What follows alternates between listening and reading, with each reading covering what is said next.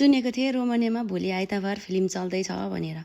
अब आजैदेखि रेडी गर्नु पऱ्यो नि त होइन। भोलि चाहिँ म फिल्म हेर्न जान लागेको साथीहरू, तपाईँहरू को आउँदै हुनुहुन्छ आउनु ल। भेट पनि हुन्छ, मिठो मिठो गफ पनि गर्न पाइन्छ। अब कुन चाहिँ लुगा लगाउने होला त भनेर सोचाइमा आएँ।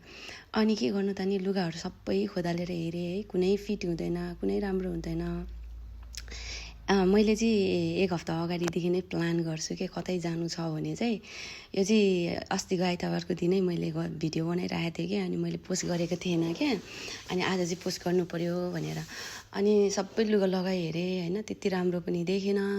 अलिकति मान्छेको अगाडि त राम्रो भएर हिँड्नु पऱ्यो नि। कुन्ताको त साथीभाइहरू राम्रो लुगा लगाएन, अलिक नराम्रो लगायो भने मसँग हिँड्दैन भनेदेखि त झन् काली मान्छेलाई। अनि मैले चाहिँ यही लुगा लगाउन थालेँ है। कत्तिको सुहाउँदो रहेछ भनेको, राम्रो देख्दो रहेछ। जे होस् कालो मान्छेलाई व्हाइटले अलिक सुट गर्छ अरे नि त, अलि अनुहार पनि उज्यालो देखिन्छ अरे होइन, सेतो मान्छे सेतो देखिन्छ अरे कि गालासाला नि। त्यही भएर साथीहरू मैले चाहिँ यही लगाउन थालेँ। तपाईँहरू को आउँदै हुनुहुन्छ कमेन्ट गर्नु होला, म्यासेज गर्नु होला होइन। सँगसँगै जानुपर्छ।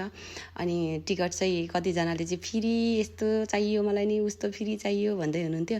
अब उनीहरूले पनि फ्रीमा फिल्म ल्याएको होइन नि त, यहाँ केही पैसा हुन्छ कि केही हुन्छ कि भनेर मात्र लिएर आएको हो नि त। नेपाली फिल्म भनेपछि त कति हिन्दी फिल्म मात्र हेर्नु हौ। अब त जाम है साथीहरू, त्यस्तो सोचाइमा चाहिँ नराखौँ ल। बोतल बेचेर काफी पुग्छ मलाई चाहिँ।